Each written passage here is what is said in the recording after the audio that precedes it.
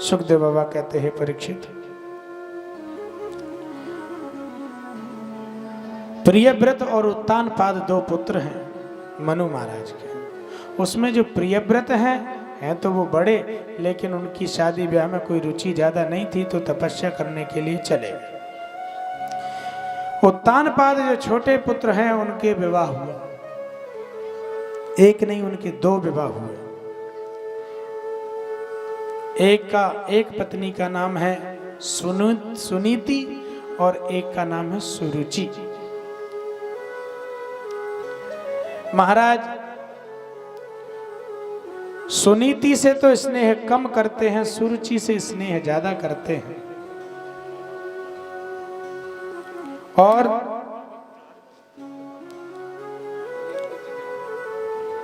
जो सुनीति है उनका जो पुत्र है उसका नाम ध्रुव है, और सुरुचि है उसका जो पुत्र है उसका नाम उत्तम है। दोनों ही बराबर के उम्र के पुत्र हैं, लेकिन चूंकि महाराज अधिक स्नेह सुरुचि से करते हैं।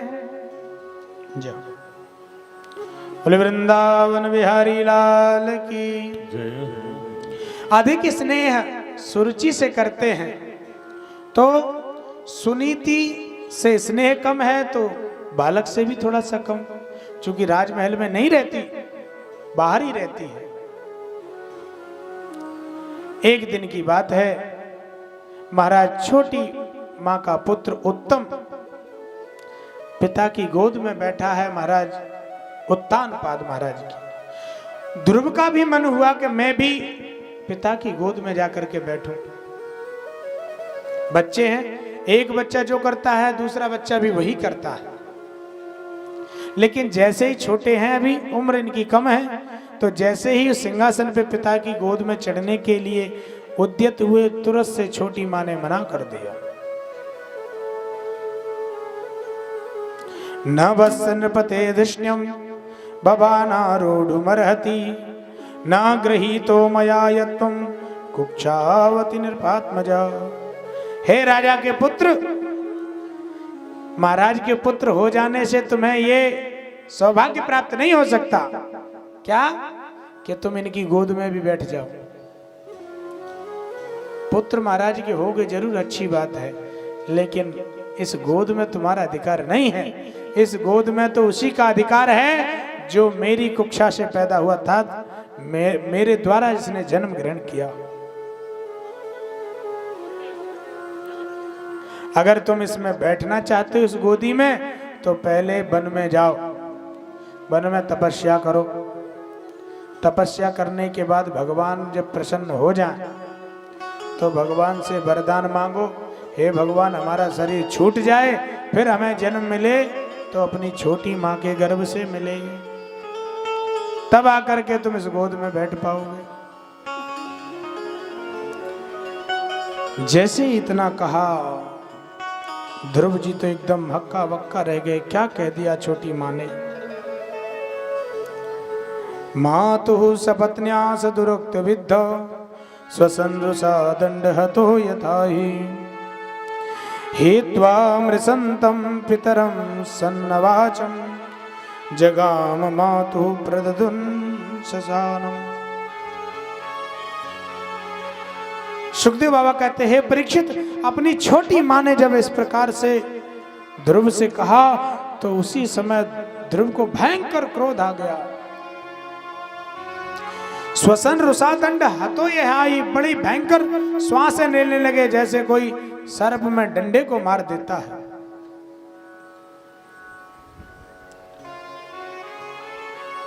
आप छोटे हैं, कर क्या सकते हैं?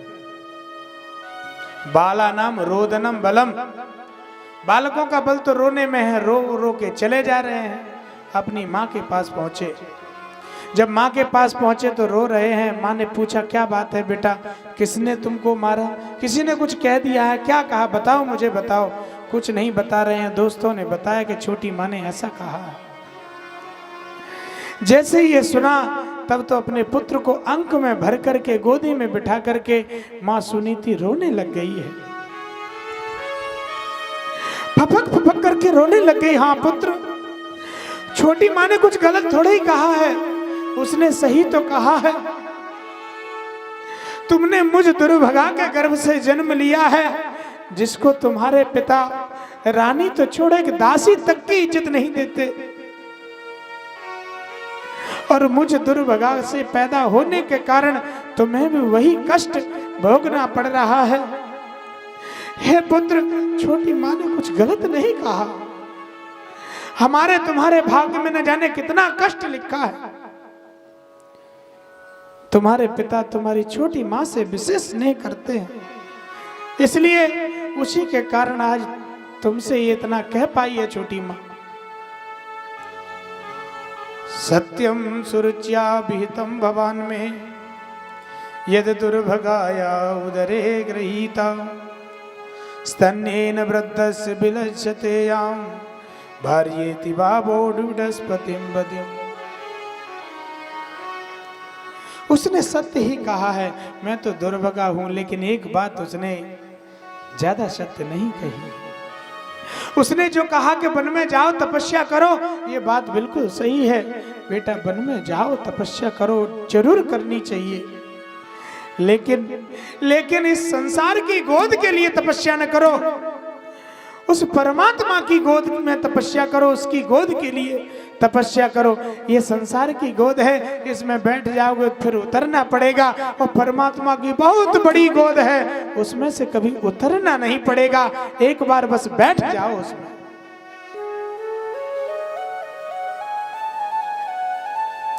विश्वम विभाया नयात गुणा विपत्ते। उस प्रभु के पाद पद्मों में जाकर के लेट तो जाओ, फिर कहीं लेटने की आवश्यकता जीवन भर नहीं पड़ेगी। पुत्र, तपस्या करने तुम्हें जरूर जाना चाहिए। छोटी माँ भी यही कह रही है, माँ ने भी ये कह दिया। तब तो उस क्षत्रिय तेज को एकदम से आवेश आ गया और प्रतिज्ञा कर लिया, मैं तपस्या करूंगा। जानते कुछ नहीं है, माँ को प्रणाम करके तपस्या के लिए निकल दिए हैं घर से बाहर। जैसे ही घर से निकले हैं महाराज, कहीं जानते नहीं कुछ क्या करना है क्या नहीं करना, जंगल की ओर चले जा रहे हैं। भगवान की ये प्रतिज्ञा है, जो तू आवे एक पग मैं आऊं पग 60, जो तू कर रो काठ सो मैं लोहे की लाट। यो माम यथा पर्वत हस्ते तांस तथैव भजामि हम। तू एक बार मेरी ओर आके तो देख, मैं तुझे बाहों में न भर लूं तो कहना।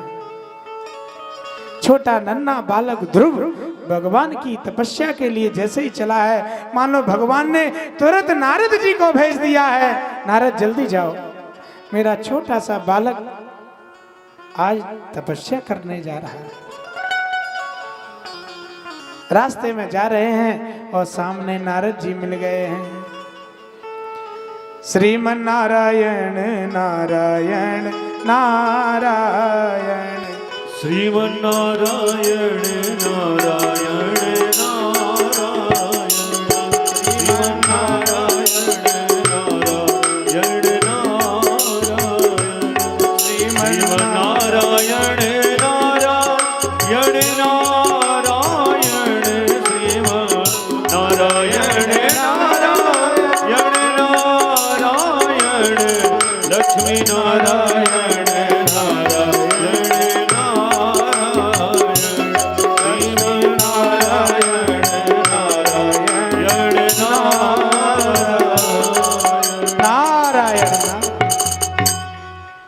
जैसे ही नारद जी को देख करके संत स्वरूप प्रणाम कर लिए, लंबे हो गए ध्रुव जी। नारद जी ने छोटे से बालक के सर पे हाथ फेरा है। पुत्र, तुम कौन हो? इस जंगल की ओर कहाँ जा रहे हो? ये रास्ता तो जंगल की ओर जाता है। कहा, मैं उत्तानपाद का पुत्र ध्रुव हूँ और मैं वन को जा रहा हूँ। वन? क्यों जा रहे हो वन को बेटा? मैं तपस्या करने जा रहा हूं। नारद जी ने कहा, तपस्या करने जा रहे हो? क्यों, क्या बात हो गई? आज तुमको माँ ने दूध नहीं दिया या भोजन समय से नहीं दिया? नहीं, ऐसी कोई बात नहीं है। कहा बेटा कोई बात हो गई होगी घर में। क्या बात हो गई? कहा मेरी विमाता ने ऐसे ऐसे मुझे गोद में नहीं बैठने दिया। अरे ये छोटी सी बात है, चलो घर लौटो, तुम्हारे पिता मेरे शिष्य हैं, मैं कह दूंगा, वो तुम्हें गोद में बिठाएंगे। नारद जी ठोक बजा करके पक्का कर रहे हैं, चेला कच्चा है कि पक्का है। बोलो वृंदावन बिहारी लाल की। चेला कच्चा है कि पक्का है? ध्रुव जी ने कहा मैं महाराज घर नहीं जाऊंगा अब। क्यों? क्योंकि मैं भगवान की तपस्या करने के लिए निकला हूं। कहा बेटा तपस्या करने की तुम्हारी अभी उम्र नहीं है, अभी तो खेलने खाने की है। अभी दिन में मैया 3-4 बार दूध पिला देती है, 2 बार 4 बार भोजन कर लेते हो, नहीं कि ये पड़े हो। और वन में कौन तुम्हें दूध पिलाएगा, कौन भोजन कराएगा? कोई जंगली जानवर खा जाएगा। घर चलो, अभी तुम्हारी उम्र नहीं है भजन करने की। तो भजन करने की उम्र किसकी है? भजन करने की उम्र है ऐसे ऐसे बूढ़े बूढ़े हमारे परीक्षित जैसे, बढ़िया भजन करें। ऐसे लोगों की उम्र होती है भजन करने की। ध्रुव जी ने कहा महाराज मुझे नहीं लगता कि ऐसे लोगों की उम्र होती है। क्यों? क्योंकि पता क्या है जीवन में कि हम बूढ़े हो ना हो। अगर बूढ़े हुए ही नहीं तो फिर क्या होगा? नारद जी ने कहा तर्क तो बहुत करते हो। ध्रुव ने कहा महाराज आप कौन हैं? कि मैं नारद हूं। कहा मुझे तो नहीं लगता आप नारद हैं। क्यों? क्योंकि मैंने ऐसे सुना है कि नारद जी जिसको मिल जाते फिर भगवान को मिलने की देर नहीं रहती। नारद जी तमाम समझा रहे हैं लेकिन बिल्कुल भी नहीं समझता। तब नारद जी कहते अहो तेजः क्षत्रियाणाम मान भंगम अमृष्यताम बालोपेयम हृदा धत्ते यस्य मातर बद्वचाह। धन्य इन क्षत्रियों के तेज को देखो तो सही। अपनी मां से केवल अपमान प्राप्त हुआ है और उसी के फलस्वरूप छोटा सा बालक जो मान अपमान से रहे थे उसको भी अपने सम्मान की चिंता है और भगवान की तपस्या के लिए जा रहा है। धन्य क्षत्रियों के तेज को। जब देख लिया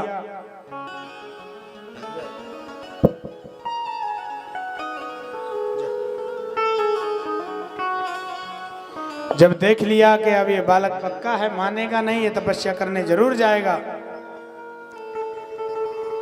तब तो नारद जी ने कहा बेटा अब जा ही रहे हो तो कुछ ज्ञान भी लेते जाओ। भगवान के स्वरूप का वर्णन किया है। श्रीवत्सांगम घनश्यामम पुरुषम वनमालिनम शंख चक्र गदा पद्मई अभिव्यक्त चतुर्भुजम। कैसा भगवान का स्वरूप है। भगवान के श्रीवक्ष का चिन्ह भृगुलात का चिन्ह है। कौस्तुभ मणि उनकी शोभायमान हो रही है। नील मेघ के समान उनका वर्ण है। वनमाला धारण करते हैं, 4 भुजाओं वाले हैं, शंख चक्र गदा पद्म आदमी लिए रहते हैं, मंद मंद मुस्कुराते हैं वह। किरीटिनम कुंडलिनम केयूर बलयान्वितम। हमारा सुंदर मुकुट कुंडल पहने हुए हैं। ऐसे भगवान का ध्यान करो। तत्तातगत्र भद्रन्ते यमुनायास्तटं शुचि। हे तात अगर जा रहे हो तो जा करके यमुना के किनारे मधुबन मथुरा में चले जाओ, जहाँ भगवान की सानिध्यता अति शीघ्र प्राप्त हो जाती है। जल्दी भगवान की प्राप्ति हो जाएगी वहाँ। और सुंदर 12 अक्षर मंत्र का ज्ञान दे दिया है। नमो भगवते वासुदेवाय मंत्र का ज्ञान दिया है। ये इतना परम गोपनीय मंत्र है। जप्यस्य परमो गुह्यम श्रूयताम में नृपात्मजो यम सप्तरात प्रपटन पमान पश्यति खेचरान। हे पुत्र अगर इस मंत्र को कोई 7 रात्रि पर्यंत जपता है तो सिद्धों के दर्शन होने लग जाते खुली आंखों से। इतना प्रभावशील मंत्र है यह, बहुत ही उत्तम मंत्र है। आइए, नारद जी तो अपने स्थान पे चले जाते हैं और ध्रुव जी आकर के मधुबन में महाराज पहुंचे हैं। गंगा में स्नान किया और स्नान करने के बाद में सुंदर आसन लगा लिया महाराज। आसन लगा करके महाराज तपस्या करने लग गए हैं। पहले महीने जैसे ही उन्होंने तपस्या प्रारंभ की, सुखदेव बाबा कहते हैं परीक्षित, त्रिरात्रांते त्रिरात्रांते कपित्थ बदराशन आत्मवृत्यानुसारेण मासम निन्नेर्चयन् हरि। महाराज तपस्या में संलग्न हैं। भगवान की हृदय में झांकी का ध्यान जो बता दिया है नारद जी ने, उस झांकी का स्मरण कर रहे हैं। और 3 दिन के बाद खड़े होते हैं महाराज एक बार। त्रिरात्रांते त्रिरात्रांते 3 दिन के बाद खड़े जब होते हैं और क्या करते हैं, 3 दिन के बाद खड़े होकर के कपित्थ बदरासन, कैंथ और बेर यही खा लेते। कितना? आत्मवृत्ति अनुसार, पेट भर के नहीं, जितने से कि यह शरीर चल सके उतना। 1 महीने भगवान की तपस्या करते हो गया। दूसरा महीना जैसे ही लगा, नियम बदल दिया। द्वितीयम चा तथा मासम षष्ठे षष्ठेर्भको दिने। जैसे द्वितीय महीना लगा तो 6 दिन के बाद खड़े होते हैं महाराज। और क्या करते हैं? त्रिपर्णादिभिर्षीर्णै कृतान्यो भर्जयेत् विभुम। सूखे पत्ते तोड़ते नहीं हैं, जो नीचे पड़े हुए हैं वृक्षों के, उन पत्तों को खा करके और पुनः भगवान का यजन करने लग जाते हैं। 2 महीने महाराज इस प्रकार से जब बीते हैं, तीसरा महीने लगा और नियम कठोर कर दिए। तृतीयम चानयन मासम नवमे हनि अभक्षोत्तम श्लोका आपाधाव समाधिना। समाधि लगी है महाराज। 9 दिन के बाद खड़े होते हैं और जल पी लेते हैं। 9 दिन के बाद जल पीते हैं महाराज। भगवान की तपस्या कर रहे हैं। कितना भयंकर तप किया है उस छोटे बालक ने। प्रतिज्ञा का ये फल देखिए आप। जैसे ही 4था महीना लगा और नियम कठोर कर दिए उन ध्रुव महाराज ने। चतुर्थ वै मासम द्वादशे हनि वायु भक्षोजित श्वासो ध्यायन् देवमधारयन्। जैसे ही 4था महीना लगा महाराज, 12 दिन के बाद खड़े होते हैं और अब तो वायु पीते हैं। 12 दिन के बाद एक बार श्वास ले ली, फिर 12 दिन के बाद फिर लेते हैं। जैसे ही 5वां महीना लगा महाराज और नियम कठोर कर दिए। सुखदेव बाबा कहते हैं परीक्षित, पंचमे मासनो प्राप्त जित श्वासो नृपात्मजा ध्यायन् ब्रह्म पदैकेन तस्थौ स्थाणुरिवाचल। जैसे ही 5वां महीना लगा, उस राजा के बालक ने श्वास को भी जीत लिया महाराज। श्वास लेना भी बंद कर दिया। ध्यायन् ब्रह्म पदैकेन तस्थौ स्थाणुरिवाचल। एक पैर से महाराज खड़े हैं, ऊपर को हाथ और पैर से, एक पैर से खड़े अंगूठे के बल, बिल्कुल लकड़ी की तरह, सूखी लकड़ी की तरह। इतना तेज बढ़ गया उनमें कि उनके अंगूठे के भार को पृथ्वी सहन नहीं कर पा रही है, मानो एक और झुकी जा रही हो। सर्वतो मनःकूत्या हृदय भूतेन्द्रियाशयम् ध्यायन् भगवतो रूपम न द्राक्षीन्मिना परम्। सर्व अंतर्यामी भगवान को अपने हृदय में तिरोहित कर लिया है। भगवान का भजन, सारे संसार की आत्मा जब भगवान को हृदय में बंद कर लिया तो सारे ऊपर के देवता हैं वह तेज के मारे जलने लगे। सबकी श्वास रुक गई और सभी देवता भगवान के पास पहुंचे। नैवं विदामो भगवन प्राण रोधम। हे भगवान, पता नहीं क्या कारण है, मेरी श्वास नहीं आ रही। ऐसा लगता है कि हमारे प्राण जाने वाले हैं। हमारी श्वास रुक गई है, हमें श्वास नहीं मिल रही। भगवान ने कहा, देवताओं, मुझे पता है किस कारण से तुम्हारी श्वास रुकी है। मां भैष्टिबालम तपशो दुरत्यया निर्वर्तयस्ये प्रतिया स्वधाम यतो हि वा प्राण निरोधयासि दोतान पाद मयि संगतात्मा। मां भैष्ट बालम तपशो दुरत्यया, मेरा एक छोटा सा बालक मेरा भक्त है और वह तपस्या कर रहा है और उसने अपने तप के प्रभाव से मुझ सबकी आत्मा जो मैं हूं मुझे ही अपने हृदय में बिठा लिया है, बंद कर लिया है और वो श्वास ले नहीं रहा। जब वो श्वास नहीं ले रहा तो मुझे नहीं मिल रही, जब मुझे नहीं मिल रही तो तुम्हें कहां से मिल जाएगी। चिंता नहीं करो, मैं अभी जाता हूं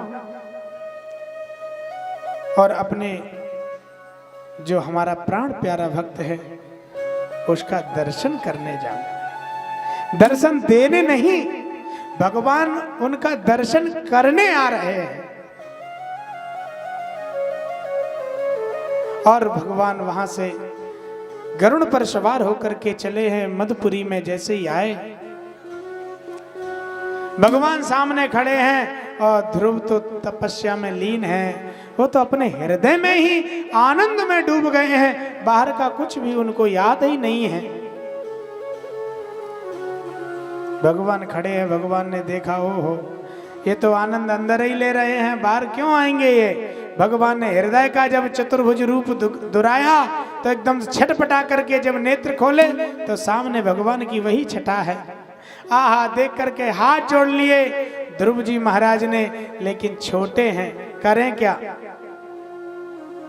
कुछ कह नहीं पा रहे हैं, हाथ जोड़े खड़े हैं। भगवान ध्रुव को देख रहे हैं और ध्रुव भगवान को देख रहे हैं। तो मान लो जैसे छोटे बच्चे होते हैं ना, तो छोटा बच्चा अपने पास आए तो सबसे पहले बताओ हाथ कहाँ जाता है? सबसे पहले हाथ गाल पे जाता है छोटे बच्चे, हर किसी का, क्योंकि इसने यही होता है। तो मान लो भगवान ने अपने छोटे भक्त पे इसने अपना प्यार उड़ेलने के लिए अपना जो पांचजन्य नाम का शंख है ध्रुव जी के गले से लगा दिया। सतम विवक्षन्तम अद्भुतम हरिम ज्ञात्वस्य सर्वस्य हदवस्थिते कृतांजलिम ब्रह्ममयेन कम्बुना पस्पर्श बालम कृपया कपोले। कृपा पूर्वक, कृपा के भंडार भगवान ने अपना कम्ब में जो सरस्वती से भरा हुआ शंख है ध्रुव जी के गाल से लगा दिया। और जैसे ही गाल से लगाया महाराज, तो जो सोई हुई सरस्वती है वह एकदम से जागृत हो गई। हाथ जोड़ लिए ध्रुव महाराज स्तुति कर रहे हैं। योऽन्तः प्रविश्य मदभाम विचाम प्रसुप्ताम संजीवयत्यखिल शक्तिधर स्वधाम्ना अन्यासहस्र चरण शरणवत्वगादि प्राणान् नमो भगवते पुरुषाय तुभ्यं। हे प्रभु, आप सबके हृदय में विराजमान हैं, हम पर तो आपने बड़ी कृपा की। यो अंतः प्रविश्य मतमात् वाच मिमाम प्रसुप्ताम, आपने हमारे हृदय में प्रवेश करके हमारी जो बुद्धि सो गई थी आज उसको आपने जगा दिया है। हे अखिल शक्तिधर, आप अपने स्वधाम को छोड़ करके हम जैसे तुच्छ जो कुछ नहीं है उनको दर्शन देने के लिए आए हैं। अन्यास्य हस्य चरणत्वगादीन प्राणान् नमो भगवते पुरुषाय। हे प्रभु, ऐसी आपने कृपा मेरे ऊपर करी है, ऐसी शायद ही किसी के ऊपर की हो, क्योंकि किसी को दर्शन दिया है, किसी का कुछ दिया है। मुझे तो आपने मेरी वाणी जो सो गई थी उसको ही जगा दिया, मेरे ऊपर बड़ी कृपा की है। हे प्रभु, वैसे तो मेरी इच्छा थी कुछ मांगे, लेकिन आपका दर्शन करके अब मांगने की चाह नहीं रही। अब मुझे कुछ नहीं चाहिए प्रभु, बस आपका दर्शन होता रहे। भगवान ने कहा, तुम्हें नहीं चाहिए तो क्या मेरा कर्तव्य नहीं है मैं कुछ दूं, मेरा दर्शन अमोघ है। इसलिए हे ध्रुव 36,000 वर्ष तक तुम जाकर के पिता का राज्य भोगो, उसके बाद ध्रुव पद तुम्हारे लिए निश्चित करके रखा है, जिसकी सप्त ऋषि भी परिक्रमा करते हैं। उसी ध्रुव लोक में जाओ और वहां जाकर के आनंद पूर्वक वितीर्ण करिए।